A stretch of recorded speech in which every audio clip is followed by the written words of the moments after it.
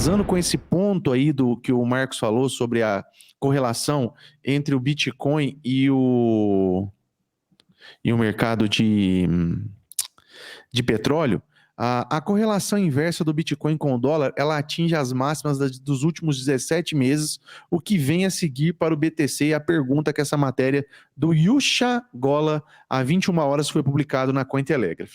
Eu lembro a vocês que eu vou trazer o nome dele aqui de novo, o Hélio Marcos, lá de Recife, lembra?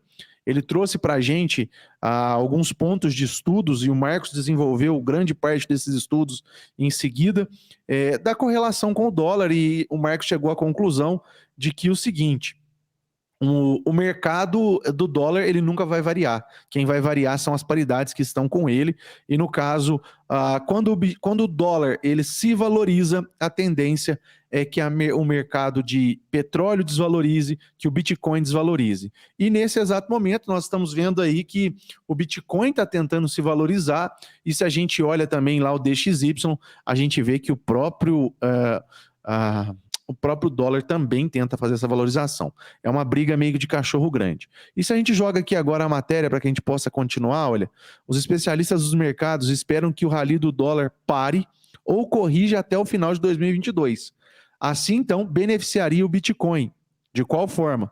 O Bitcoin está se movendo na direção oposta ao dólar americano desde o início de 2022. E agora essa relação inversa está mais extrema do que nunca. O Bitcoin e o dólar seguem caminhos opostos.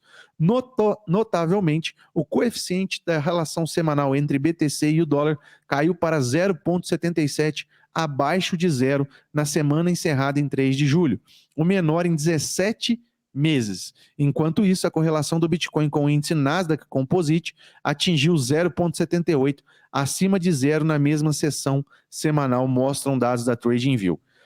Isso se deve principalmente aos desempenhos acumulados do ano de ambos os mercados em meio aos temores de recessão, liderados pelos aumentos das taxas de juros do Banco Central dos Estados Unidos para conter a inflação em alta. O Bitcoin, por exemplo, perdeu mais de 60% em 2022. A gente já viu que isso já chegou a 74%, enquanto os retornos da Nasdaq no mesmo período estão em torno de 29%. Por outro lado, o dólar se destacou com o índice do dólar DXY, conforme a gente falou mais cedo aqui agora, pairando em torno de suas máximas de janeiro de 2003 de 105,78. Então são máximas de janeiro de 2003. Sim, e são máximas históricas. São máximas históricas. Nós estamos falando de muito tempo aí. Sim, que a gente 20 não... anos, né? Exatamente, nós estamos falando de pelo menos 19 anos. O DXY é um índice que mede a força da moeda norte-americana em relação a uma cesta das principais moedas estrangeiras. A pergunta que fica: o dólar vai subir mais?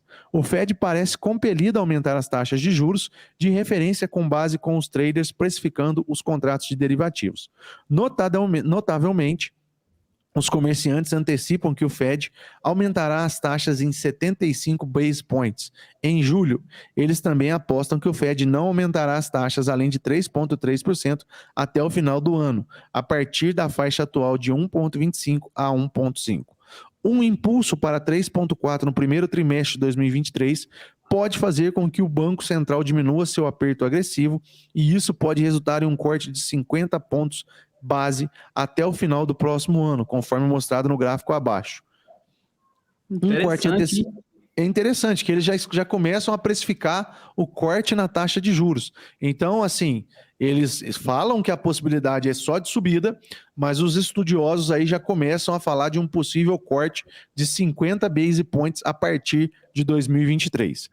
E um corte antecipado na taxa de juros pode acontecer caso os dados da inflação esfriem, limitando assim o apetite dos investidores pelo dólar, segundo analistas de Wall Street ouvido pelo JP Morgan.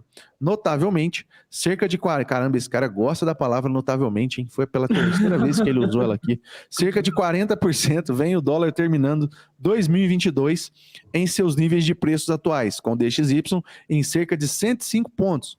Enquanto isso, outros 36% apostaram que o dólar passará por uma correção antes do fechamento do ano. Lembrando que essa correção para nós brasileiros não vale tanto, porque segundo semestre nós já adiantamos nele aqui, outubro, eleições aqui no Brasil, e historicamente nas eleições o dólar tende a subir, tá bom? Então para nós não vale muito essa questão do dólar se tornar barato, não. Você já deu uma dica para ele, você reparou? Que dica que eu dei, cara? Você acabou de passar um spoiler aí do que pode acontecer no futuro com o dólar e o que eles podem fazer para lucrar com isso. Sim, sim, é só ficar atento. Quem pegou, pegou. Só não vai comprar dólar depois da eleição, tá? Senão você vai estar comprando topo. Bitcoin chegará ao fundo do poço em 2022. Além disso, a capacidade do dólar continuar sua alta pelo resto de 2022 pode ser prejudicada por um padrão técnico clássico, identificado pela primeira vez pelo analista de mercado independente Agres. O padrão de topo duplo do DXY é parcialmente confirmado devido às duas máximas consecutivas com um nível de suporte comum em 103,81. Tem uma questãozinha ali de topo duplo mesmo, conforme a galera pode ver aqui, ó. Ó, primeiro topo, segundo topo, tendência de volta para 101,804, aqui, na onde teve essa zona de coinfluência. Mas se tudo continuar positivo pós-recessão, porque eles vão anunciar uma recessão, nós podemos ter ele até aqui, até na casa dos 100. Tem um outro padrão aí também, Germano, que eu acho que ele não observou, que é um padrão de xícara, né? Olha aí pra você ver. Não configura, Marcos, porque esse padrão aqui tá mais alto que esse, ó. Verdade. O Couple Handle nós temos um topo duplo aqui e depois como se fosse um topo triplo aqui. E aí a gente espera o rompimento para cima. Mas eu acredito que não vai configurar aqui por causa disso, ó. Esse topo tá mais alto do que esse último topo. Entendi. Então eu acredito que não. Cara, eu gosto de pensar assim, ó. Vamos lá, vamos tentar entender. O que é o DXY? O DXY, igual a matéria já explicou, é a dominância do dólar em relação às seis principais paridades cambiais. Ele fala de 1/6, né, das paridades cambiais. Isso significa que a gente está olhando diretamente, galera, para o mercado de câmbio, tá? O mercado Forex. Quem não conhece, o mercado Forex movimenta mais de 7 trilhões de dólares por dia. É o mercado da importação e das exportações, né? E aí, Germano, olha que interessante. A gente sabe que o dólar nunca vai valorizar ou desvalorizar. Marcos, como assim? Calma, respira, jovem.